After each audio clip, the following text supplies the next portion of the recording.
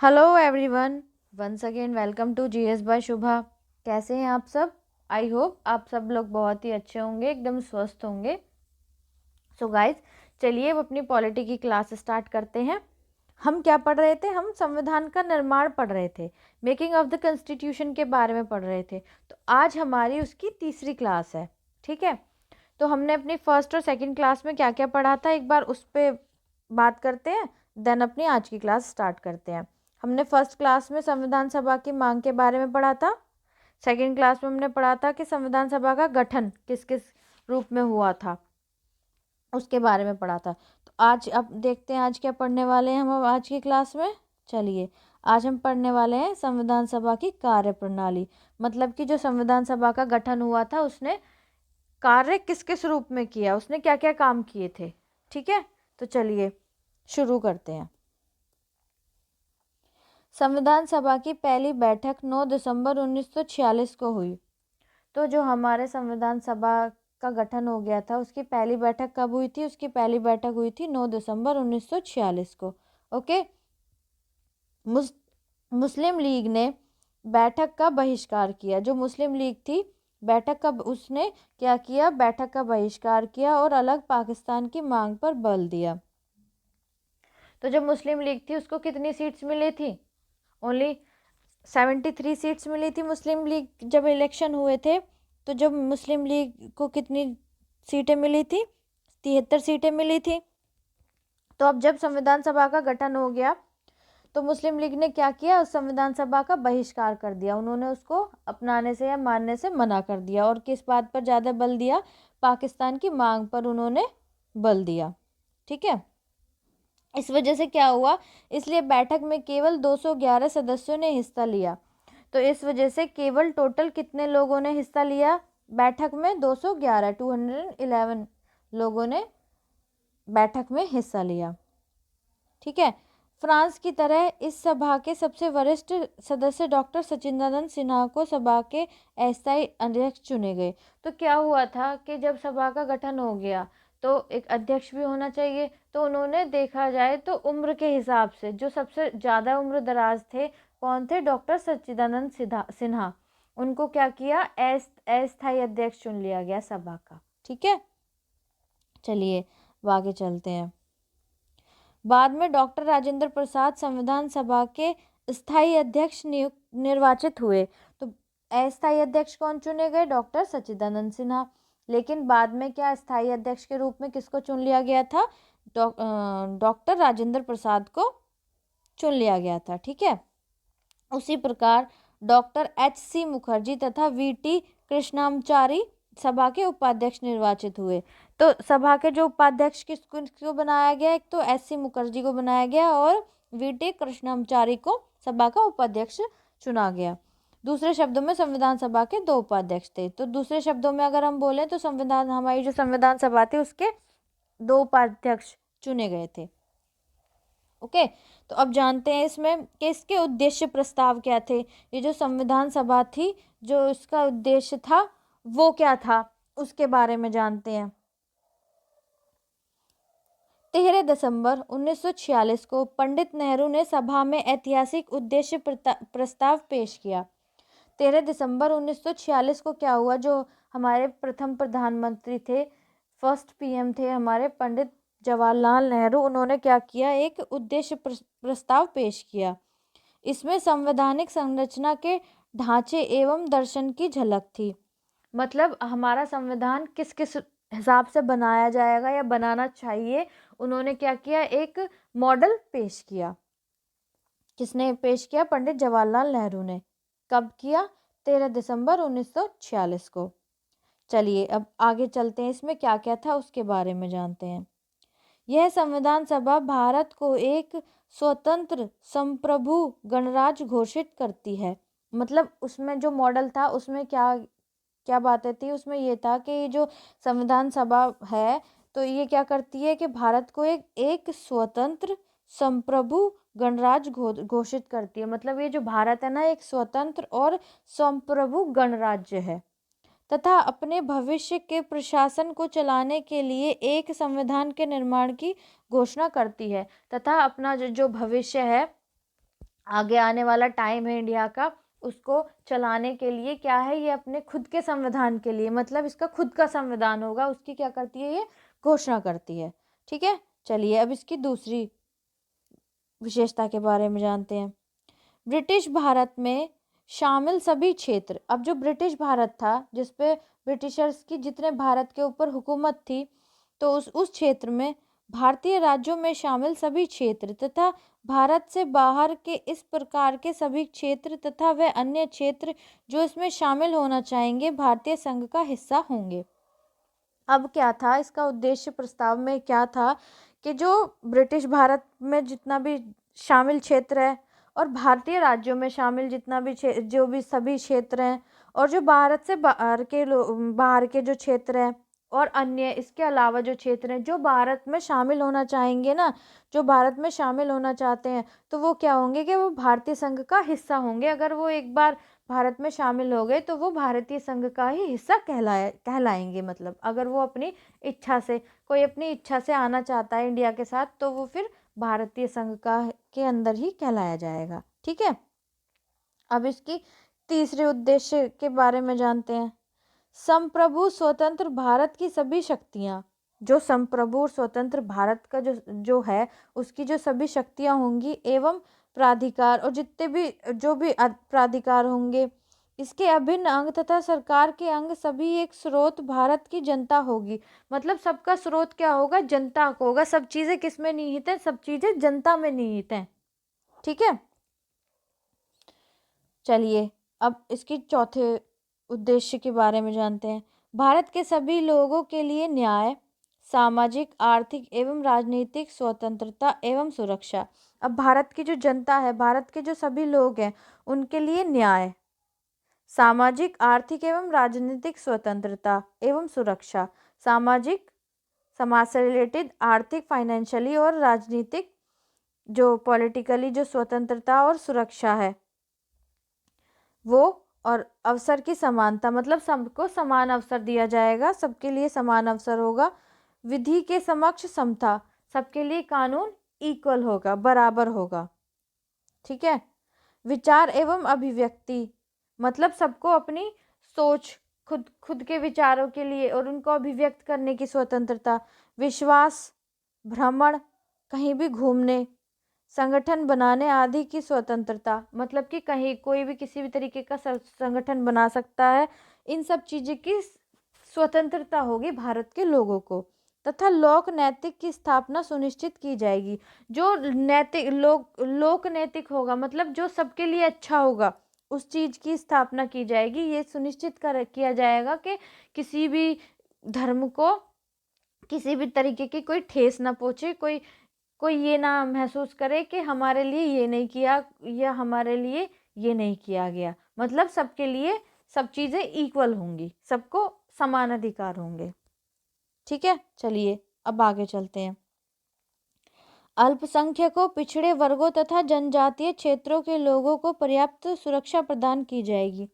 अब जो माइनॉरिटीज़ हैं उनको, और जो पिछड़े वर्ग हैं, जो ओबीसी वगैरह में आते हैं वो सब, और जो जनजातीय क्षेत्र हैं, उन लोगों के लिए क्या होगी कि पर्याप्त सुरक्षा प्रदान की जाएगी। ठीक है, चलिए नेक्स्ट। संघ की एकता को अक्षुण्ण बनाए रखा जाएगा। मतलब कि जो संघ है उसकी जो एकता है उसको क्या है, अक्षुण्ण बनाए रखा जाएगा। किसी से किसी भी तरीके का कोई भेदभाव नहीं किया जाएगा। तथा इसके भू क्षेत्र, समुद्र एवं वायु क्षेत्र को सभ्य देशों के न्याय एवं विधि के अनुसार सुरक्षा प्रदान की जाएगी। जो भारत का भूमिगत क्षेत्र है, जो समुद्री क्षेत्र है और जो वायु क्षेत्र है, जो भारत के अंदर आता है, जो सभ्य क्षेत्र है, उसको सभ्य देश के न्याय, जो देश का न्याय है एवं विधि के अनुसार, जो कानून है उसके अनुसार सुरक्षा प्रदान की जाएगी। ओके, चलिए अब आगे देखते हैं। इस प्राचीन भूमि को विश्व में उसका अधिकार एवं उचित स्थान दिलाया जाएगा। अब जो प्राचीन भूमि है, तो भारत तो बहुत ही प्राचीन भूमि है, तो उसको क्या किया जाएगा, विश्व के अंदर उसका जो भारत का असली अधिकार है वो दिलाया जाएगा, और जो उचित और अधिकार है उसका, जो उसकी पोजीशन है वो दिलाई जाएगी। तथा विश्व शांति एवं मानव कल्याण को बढ़ावा देने के नियमित उसके योगदान को सुनिश्चित किया जाएगा। अब क्या मानव कल्याण के लिए जो बढ़ावा, विश्व में शांति बनाए रखने के लिए, इन सब चीज़ों में क्या है, योगदान किया जाएगा और ये सुनिश्चित किया जाएगा कि किसी भी तरीके की कोई किसी को परेशानी ना हो, मतलब कि विश्व में शांति बनी रहे। ठीक है, चलिए अब आगे देखते हैं। इस प्रस्ताव को 22 जनवरी 1947 को सर्वसम्मति से स्वीकार कर लिया गया। ये जो प्रस्ताव रखा था पंडित जवाहरलाल नेहरू ने, ये कब रखा था? ये 13 दिसंबर 1946 को रखा था, जिसमें ये सारी बातें उन्होंने बताई थी। एक तरीके से ये मॉडल पेश किया था उन्होंने। तो इस मॉडल को हम ऐसे कह सकते हैं कि इस प्रस्ताव को 26 जनवरी 1947 को सर्वसम्मति से स्वीकार कर लिया गया था, मतलब कि सबकी सहमति से इसको, जो संविधान सभा का गठन हुआ था उसमें जितने भी सदस्य थे, 211 जो सदस्य थे, उनकी क्या है, उनकी स्वेच्छा से, सबकी इच्छा से, सबकी सहमति से उसको एक्सेप्ट कर लिया गया था, उसको स्वीकार कर लिया गया था। इसमें संविधान के स्वरूप को काफ़ी हद तक प्रभावित किया, मतलब कि इससे क्या है, ये जो इन्होंने एक मॉडल रखा था तो काफ़ी हद तक ये सुनिश्चित कर लिया गया कि हाँ, हमारा जो संविधान होगा वो इस तरीके का होगा। इसके परिवर्तित रूप से संविधान की प्रस्तावना बनी, मतलब कि इसी तरीके से क्या, जो हमारे संविधान की प्रस्तावना थी ना, इसको थोड़ा सा परिवर्तित करके हमारे जो संविधान की जो प्रस्तावना है, जो हमारा प्रियम्बल है, वो बनी। ठीक है, अब आगे क्या जानते हैं हम। ये तो हो गया हमारा जो उद्देश्य प्रस्ताव था। अब हम आगे पढ़ेंगे स्वतंत्रता अधिनियम द्वारा परिवर्तन। अब जो जो स्वतंत्रता अधिनियम हमने पढ़ा था अब 1947 का, अब उसमें क्या था, उसमें ये भी लिखा था ना, ब्रिटिशर्स ने ये कह दिया था कि भारत के लोग चाहें तो इसमें अपने हिसाब से परिवर्तन करके कोई भी नियम कानून बना सकते हैं। तो जो स्वतंत्रता अधिनियम था उसके द्वारा परिवर्तन क्या क्या किए गए, अब हम वो जानने वाले हैं। तो स्वतंत्रता अधिनियम द्वारा परिवर्तन, तो क्या क्या परिवर्तन हुए थे, अब हम उनके बारे में जानेंगे। ठीक है, चलिए। संविधान सभा से खुद को अलग रखने वाली देसी रियासतों के प्रतिनिधि धीरे धीरे इसमें शामिल होने लगे।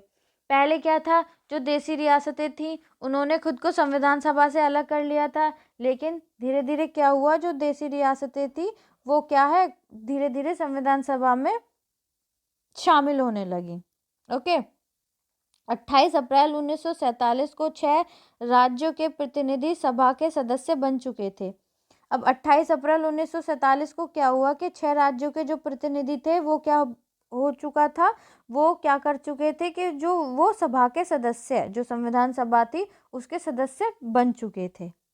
आगे जानते हैं।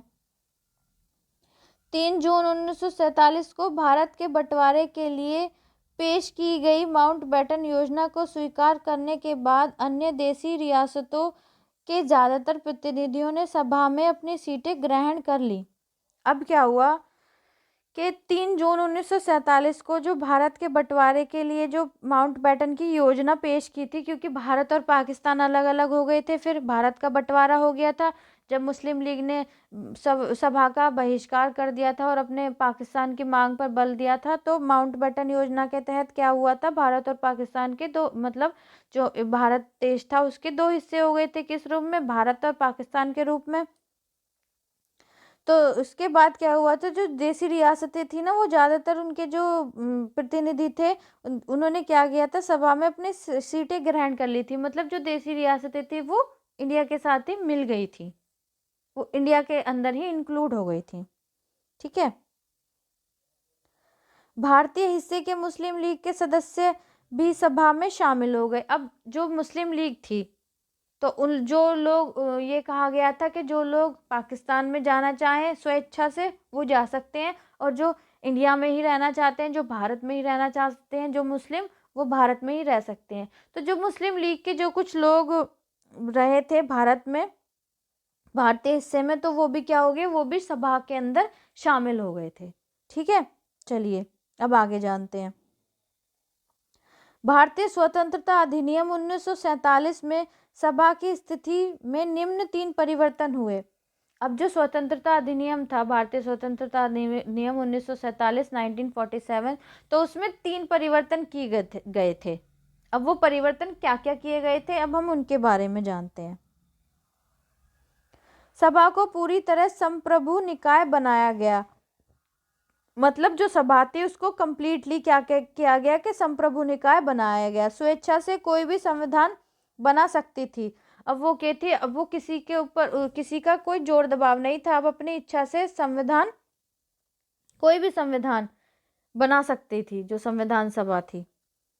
अधिनियम ने सभा को ब्रिटिश संसद द्वारा भारत के संबंध में बनाए गए किसी भी कानून को समाप्त करने अथवा बदलने के अधिकार दिया। जो अधिनियम था, जो हमने उस दिन पढ़ा था, ये भारतीय स्वतंत्रता अधिनियम 1947 में उसमें क्या लिखा दिया गया था कि ये अधिनियम क्या कहता है कि सभा को ब्रिटिश संसद द्वारा भारत के संबंध में बनाए गए किसी भी कानून को समाप्त करने अथवा बदलने का अधिकार है। मतलब कि जो ब्रिटिशर्स ने जो भी कानून बनाए हैं उसको क्या है, बदल भी सकती हैं और खत्म भी कर सकते हैं, उसके पूर्ण अधिकार है। ठीक है, चलिए अब इसकी दूसरी विशेषता, दूसरा परिवर्तन क्या किया गया था, उस दूसरे परिवर्तन के बारे में जानते हैं। संविधान सभा एक विधायिका भी बन गई। अब जो ये संविधान सभा थी एक विधायिका भी बन गई। ठीक है, दूसरे शब्दों में कहा जाए तो सभा को 2 अलग अलग काम सौंपे गए। अब जो सभा थी उसको 2 अलग अलग काम सौंपे गए। क्या क्या काम सौंपे गए?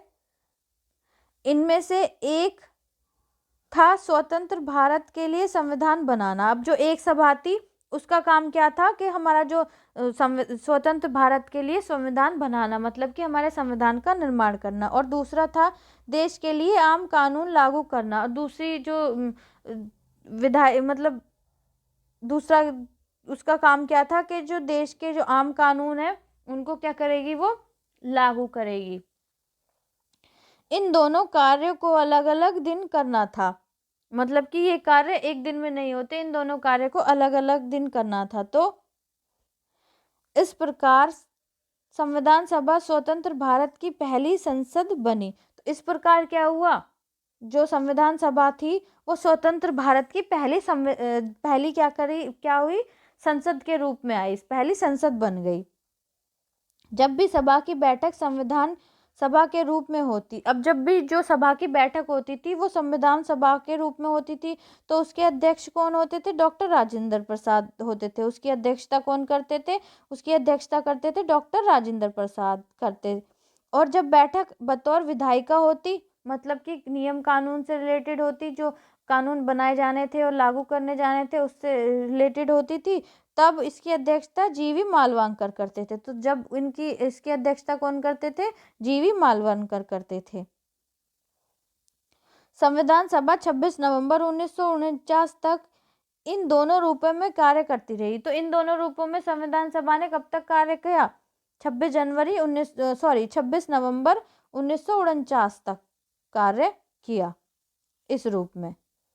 इस समय तक संविधान निर्माण का कार्य पूरा हो चुका था, क्योंकि 26 नवंबर 1949 तक क्या हुआ था, हमारी संविधान सभा जो संविधान का निर्माण हो रहा था, संविधान जो लिखा जा रहा था, वो काम कंप्लीट हो गया था।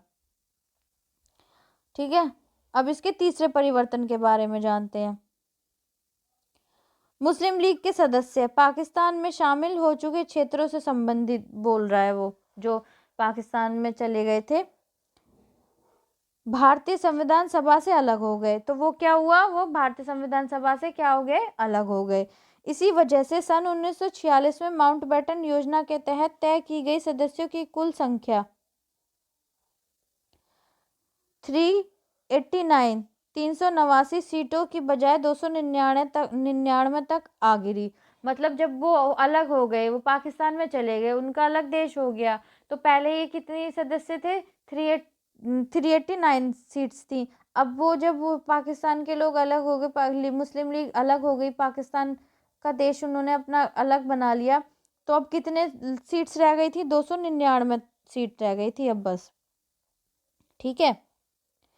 भारतीय प्रांतों औपचारिक रूप से जो ब्रिटिश प्रांत था की संख्या 296 से 229 और देसी रियासतों की संख्या 93 से 70 रह गई। तो जो ब्रिटिश प्रांत था औपचारिक रूप से जो ब्रिटिशर्स के कब्जे में था, उसकी जो 296 से कितनी सीट्स रह गई थी, 229, 296 से 229, और जो देसी रियासतें थी जिनकी 93 सीट थी, अब कितनी रह गई थी, अब केवल 70 रह चुकी थी। ठीक है, चलिए अब इसके जो संविधान सभा थी, जो कार्य प्रणाली थी संविधान सभा की, उसके और अन्य क्या क्या कार्य थे, उन्होंने अन्य क्या क्या कार्य किए थे, अन्य कार्य के बारे में जानते हैं। चलिए,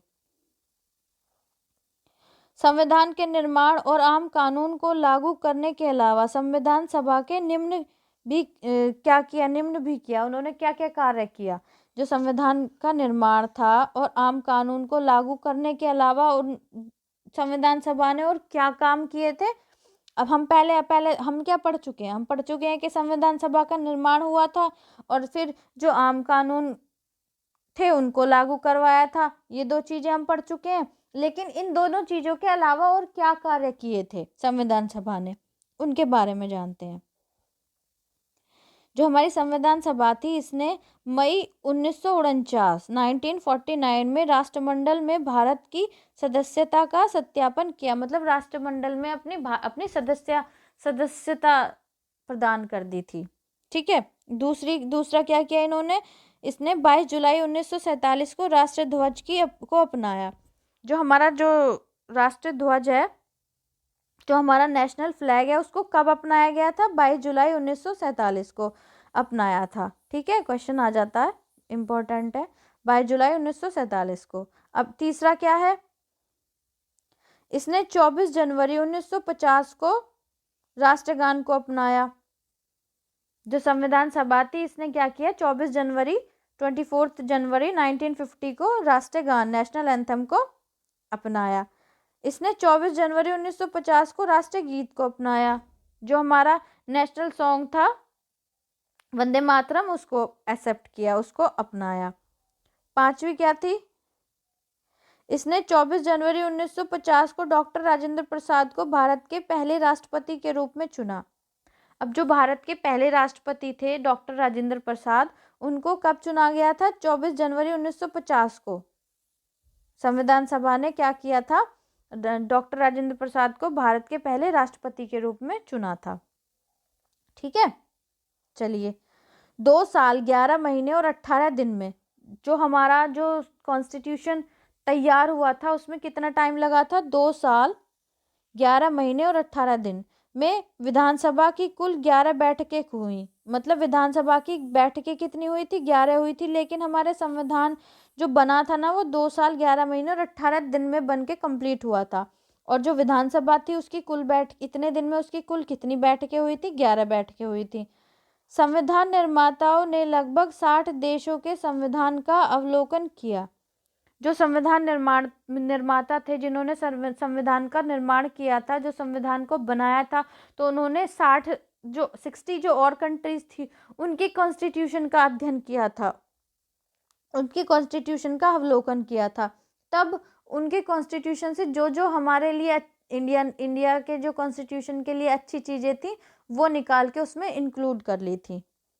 ठीक है, और इसके प्रारूप पर 114 दिनों तक विचार हुआ। और जो ये जो भी चीजें दूसरे देश से ली गई थी, उनकी जो प्रारूप था उस पर 114 दिन तक बहस चली थी, 114 दिन तक विचार हुआ था।